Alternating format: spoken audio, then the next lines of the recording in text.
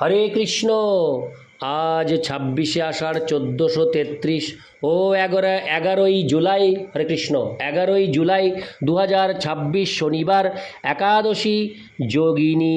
এই যোগিনী একাদশীর দিন আমি ভাগবত পাঠ করছি। আজ আমি পাঠ করছি ভাগবতের চতুর্থ স্কন্দ, দ্বিতীয় ভাগ, অষ্টবিংশতি অধ্যায়। পরবর্তী জন্মে পুরঞ্জনের নারীত্ব প্রাপ্তির শ্লোক 1 থেকে 5। হরে কৃষ্ণ কৃষ্ণ কৃষ্ণ হরে হরে, হরে রাম রাম রাম হরে হরে। অষ্টবিংশতি অধ্যায়, পরবর্তী জন্মে পুরঞ্জনের নারীত্ব প্রাপ্তি। শ্লোক 1। নারদ উবাচ, সৈনিকা ভয় নাম্ন যে বর্হিষ্যন দৃষ্টকারিণ প্রজ্জার কাল কন্যাভ্যাং বিচেরুরো বনিমিমাম। অনুবাদ: দেবর্ষি নারদ বললেন, হে মহারাজ প্রাচীন বর্হিষ্যৎ।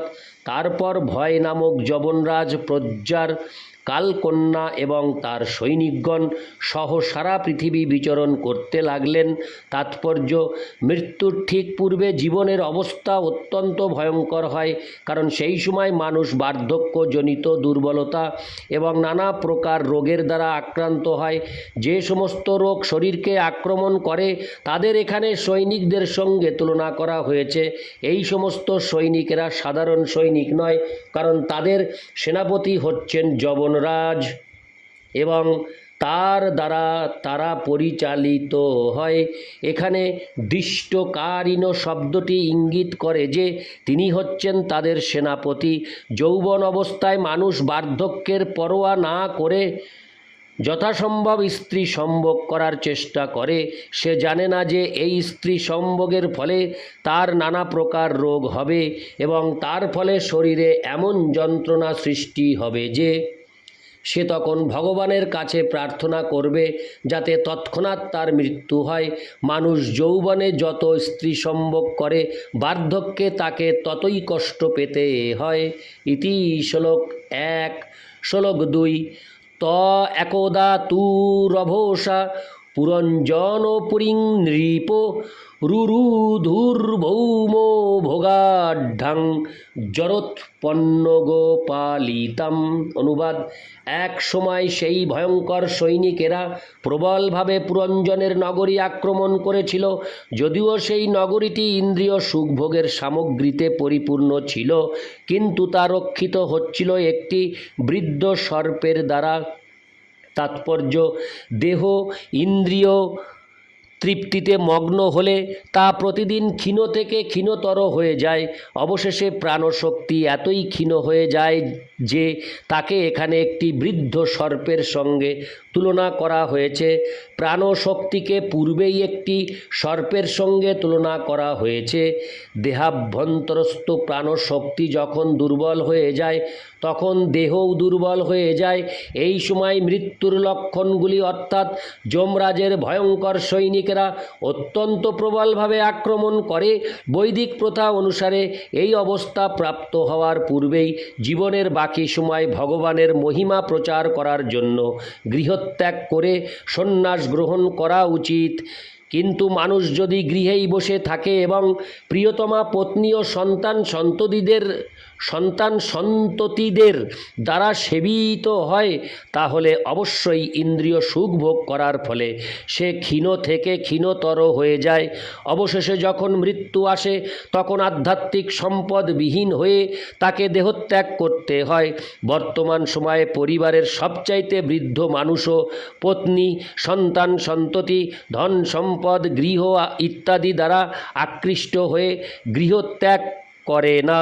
তার ফলে জীবনের অন্তিম সময়েও তারা চিন্তা করে কে তার পত্নীকে রক্ষা করবে এবং সে কিভাবে বিশাল পরিবারের দায় দায়িত্ব সামলাবে। এইভাবে মানুষ মৃত্যুর পূর্বে সাধারণত তার পত্নীর কথা চিন্তা করে। ভগবদ্গীতায় 8:6 বর্ণনা করা হয়েছে, জং জং বাপি শরণ ভাবং তজোত্তন্তে কলেবরম তং তমে বৈতি কৌন্তেয় সদা তদ্ভাব ভাবিত। মৃত্যুর সময় মানুষ যে বিষয়ে চিন্তা করে নিঃসন্দেহে সে সেই ভাব প্রাপ্ত হবে। মানুষ সারা জীবন যা করে সেই কথাই সে অন্তিম সময়ে চিন্তা করে। তার ফলে তার চিন্তা এবং অন্তিম সময়ের বাসনা অনুসারে সে আর একটি শরীর প্রাপ্ত হয়। যারা গৃহস্থ জীবনের প্রতি অত্যন্ত আসক্ত তারা স্বাভাবিকভাবেই জীবনের অন্তিম সময়ে তার প্রিয়তমা পত্নীর কথা মনে করে। তার ফলে পরবর্তী জীবনে সে একটি স্ত্রী শরীর প্রাপ্ত হয় এবং সে তার পাপ অথবা পুণ্য কর্মের ফল ভোগ করে। এই অধ্যায়ে রাজা পুরঞ্জনের স্ত্রীদেহ প্রাপ্তির বিষয়ে বিস্তারিতভাবে বিশ্লেষণ করা হবে। ইতি শ্লোক 2 শ্লোক 3 কালকন্যাপি বুভুজে পুরঞ্জন পুরং বলাৎ জয়াভিভূত পুরুষ সদ্য নিঃসারতামিয়াত। অনুবাদ: ভয়ঙ্কর সৈনিকদের সহায়তায় কালকন্যা ধীরে ধীরে পুরঞ্জনের নগরীর সমস্ত অধিবাসীদের আক্রমণ করেছিল এবং তাদের সর্বতোভাবে নিষ্ক্রিয় করেছিল। তাৎপর্য: জীবনের শেষে যখন জরা মানুষকে আক্রমণ করে তখন তার শরীর সর্বতোভাবে নিষ্ক্রিয় হয়ে যায়। তাই বৈদিক প্রথায় মানুষকে বাল্যকাল থেকেই ব্রহ্মচর্যের শিক্ষা দেওয়া হয়, অর্থাৎ তিনি পূর্ণরূপে ভগবানের সেবায় যুক্ত হন এবং মেয়েদের সঙ্গে তখন আর কোনো রকম সম্পর্ক থাকে না। মানুষ যখন বাল্যাবস্থা থেকে যৌবন প্রাপ্ত হয় তখন 20 থেকে 25 বছর বয়সের মধ্যে সে বিবাহ করে। উপযুক্ত বয়সে বিবাহ করলে সুস্থ সবল পুত্রের জন্ম হয়। এখন মেয়েদের সংখ্যা বৃদ্ধি পাচ্ছে কারণ পুরুষেরা তাদের পুরুষত্ব হারিয়ে অত্যন্ত দুর্বল হয়ে গেছে। পতি যখন পত্নী থেকে অধিক বলবান হয় তখন পুত্র সন্তানের জন্ম হয়। কিন্তু পতি যদি অধিক বলবান হয়, হরে কৃষ্ণ, কিন্তু পত্নী যদি অধিক বলবান হয় তাহলে কন্যার জন্ম হয়। বিবাহের ফলে পুত্র সন্তান লাভ করতে হলে ব্রহ্মচর্য পালন করা অবশ্য কর্তব্য। 50 বছর বয়সে পারিবারিক জীবন পরিত্যাগ করা উচিত। তখন সন্তানেরাও বড় হয়ে যায় এবং পিতা তখন পরিবারের সমস্ত দায়িত্ব তাদের উপর ন্যস্ত করতে পারেন। তখন পতি ও পত্নী দূর দেশে গিয়ে অবসর গ্রহণ করতে পারেন এবং বিভিন্ন তীর্থস্থানে ভ্রমণ করতে পারেন। পতি ও পত্নী উভয়েই যখন গৃহ ও পরিবারের প্রতি আসক্তি ত্যাগ করেন তখন পত্নী গৃহে ফিরে এসে উপযুক্ত পুত্রদের সংস্করণে গৃহস্থালির ব্যাপারে উদাসীন হয়ে গৃহে বাস করতে পারেন। তখন পতি ভগবানের সেবা করার জন্য সন্ন্যাস গ্রহণ করেন। এটি হচ্ছে সভ্য মানব সমাজের রীতি। মানব জীবনের বিশেষ উদ্দেশ্য হচ্ছে ভগবত উপলব্ধি। জীবনের শুরু থেকেই যদি কৃষ্ণ ভক্তির পন্থা অবলম্বন না করা যায় তাহলে অন্তত জীবনের শেষ সময়ে সেই শিক্ষা গ্রহণ করা অবশ্য কর্তব্য। দুর্ভাগ্যবশত শৈশবে সেই সম্বন্ধে কোনো শিক্ষা দেওয়া হচ্ছে না এবং জীবনের শেষ সময়েও মানুষ তার পারিবারিক জীবন ত্যাগ করতে পারছে না। পুরঞ্জনের নগরীর আখ্যান বর্ণনায় রূপক ছলে এই শ্লোকগুলিতে সেই পরিস্থিতিরই বর্ণনা করা হয়েছে। ইতি শ্লোক 3 শ্লোক 4 তয়োপভুজ্যমানাং বৈ যবনা সর্বতোদীশং দার্ভি প্রবিশ্য সুভৃশং প্রার্দয়ন সকলাং পুরীম। অনুবাদ: কালকন্যা যখন দেহ আক্রমণ করল তখন যবনরাজের ভয়ঙ্কর সৈনিকেরা বিভিন্ন দ্বার দিয়ে সেই নগরীতে প্রবেশ করেছিল এবং তারা সমস্ত নাগরিকদের প্রবলভাবে পীড়ন করতে শুরু করেছিল।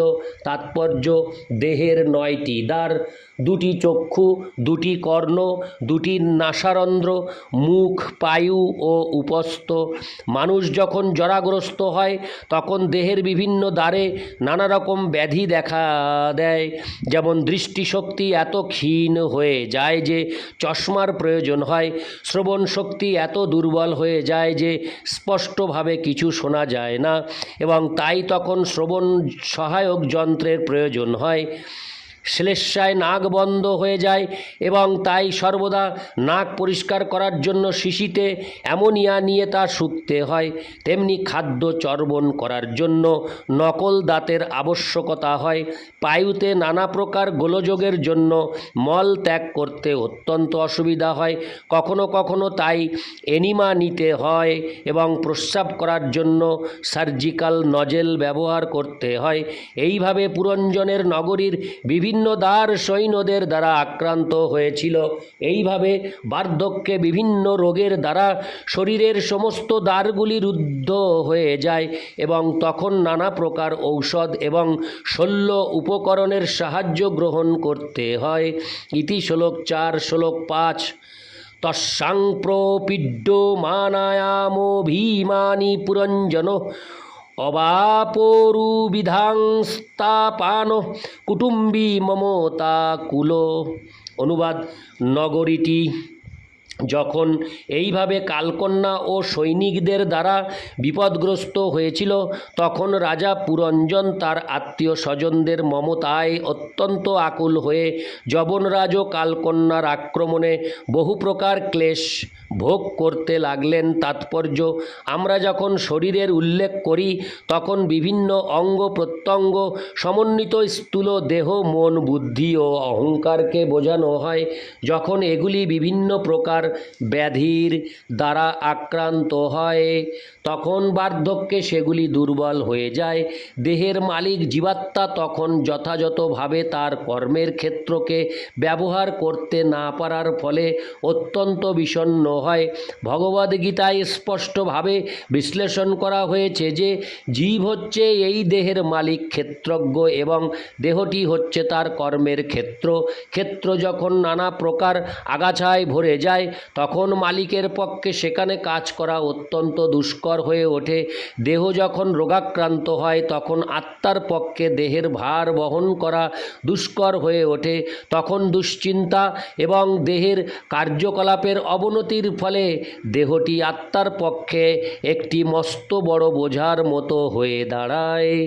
ইতি শ্লোক 5 হরে কৃষ্ণ কৃষ্ণ কৃষ্ণ হরে হরে, হরে রাম রাম রাম হরে হরে, হরে কৃষ্ণ।